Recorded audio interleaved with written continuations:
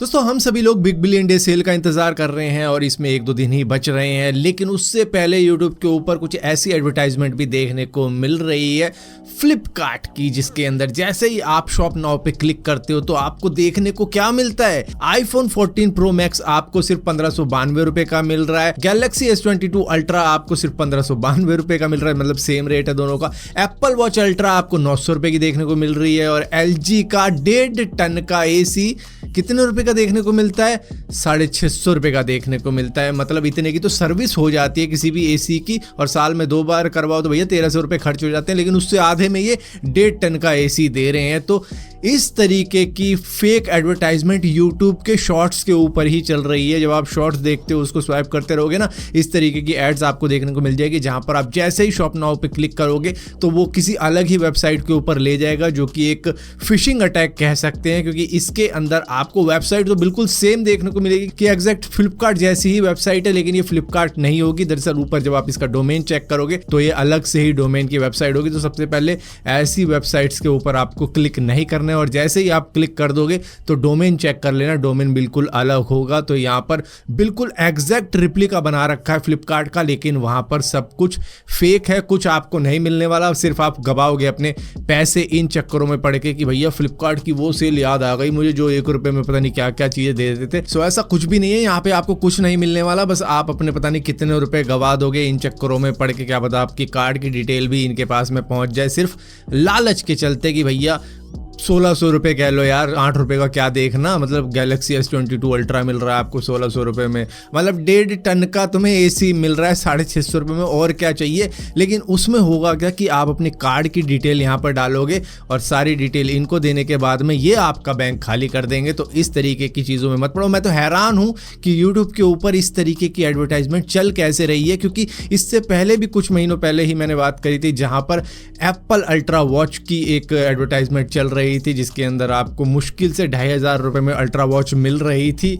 और वो भी एक फेक चीज़ चल रही थी। यहाँ पे भी फेक चीज़ चल रही है, और किस तरीके से ये इनके एडवर्टाइजमेंट प्रोग्राम के अंदर आ जाती है वो थोड़ी हैरानी वाली बात है। तो बच के रहो, संभल के रहो, सतर्क रहो और देखते रहो, देखो इसको। दोस्तों चाइना का जो स्पेस प्रोग्राम है वो अगर देखा जाए तो बहुत ही कमाल का है, जिसके अंदर उन्होंने अपना स्पेस स्टेशन खुद से ही तैयार कर लिया, और आज उनके एस्ट्रोनॉट वहीं पर 6-6 महीने गुजार के वापस धरती पर आ जाते हैं और वहीं पर रिसर्च भी कर रहे होते हैं। और ये करने में उनको कितने साल लगे, हालांकि बहुत साल लगे होंगे, लेकिन अगर देखा जाए तो मोटा मोटा 20 साल लगे हैं, क्योंकि सबसे पहला एस्ट्रोनॉट उन्होंने 2003 में स्पेस में भेजा था, और इंडिया भी अब गगनयान मिशन के अंदर भेजने वाला है। आने वाले कुछ 1-2 साल में आपको देखने को मिल जाएगा।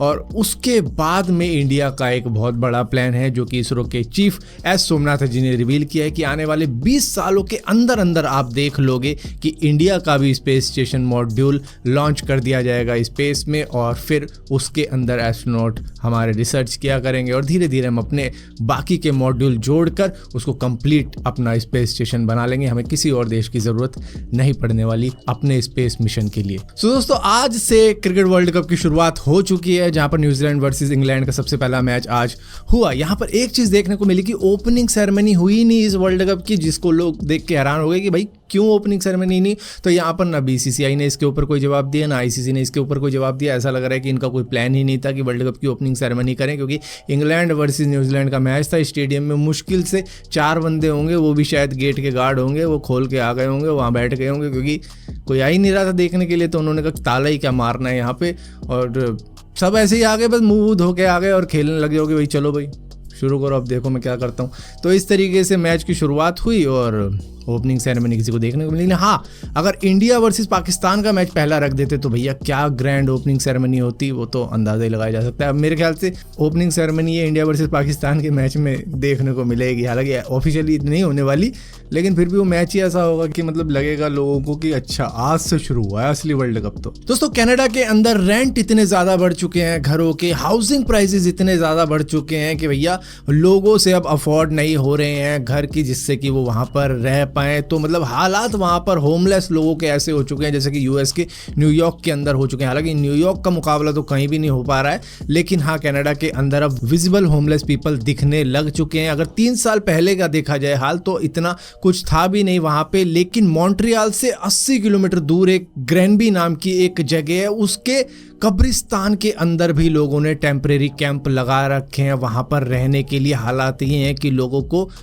कब्रिस्तान के अंदर कैंप लगा कर रहना पड़ रहा है। और ये जो जगह आप देख रहे हो आपको लगेगा इंडिया की कोई जगह है या फिर किसी अफ्रीकन कंट्री की कोई जगह है जहाँ पर इस तरीके की झोपड़ी बना रखी है किसी गांव देहात के अंदर, लेकिन नहीं, ये कनाडा है। आप जानकर हैरान हो जाओगे कि ऐसे हालात में भी अब लोगों को वहाँ पर रहना पड़ रहा है, क्योंकि रियल इस्टेट के प्राइस बढ़ चुके हैं, रेंट प्राइस इतने ज़्यादा बढ़ चुके हैं, लोग अब अफोर्ड नहीं कर पा रहे। लेकिन 3 साल पहले तक ऐसा कुछ भी नहीं था, सब कुछ मज़े से चल रहा था। लेकिन पता नहीं क्या हुआ है कनाडा के साथ में कि इस तरीके की चीज़ें लोगों को देखने को मिल रही है। जो इंटरनेशनल स्टूडेंट है जो आ रहे हैं बाहर से भैया, उनको तक रूम नहीं मिल पा रहे हैं कि वो अपने कॉलेज के आसपास रूम ले पाए। मतलब 100 किलोमीटर दूर कोई कॉलेज होगा और वो बंदा कहीं 100 किलोमीटर दूर रह रहा होगा और उसे बार बार 100 किलोमीटर दूर जाना पड़ता होगा अपने कॉलेज में पढ़ाई के लिए। तो इस तरीके के हाल भी है वहाँ पे। दोस्तों यूके के अंदर लास्ट वीक एक 16 साल के लड़के ने एक आइकॉनिक पेड़ जो कि 200 साल पुराना है, जिसको रॉबिन हुड ट्री भी कहा जाता है, वो ऐसे ही काट डाला, जिसके बाद में उसको अरेस्ट कर लिया है यूके की पुलिस ने, क्योंकि उसने जानबूझकर ये काम किया है।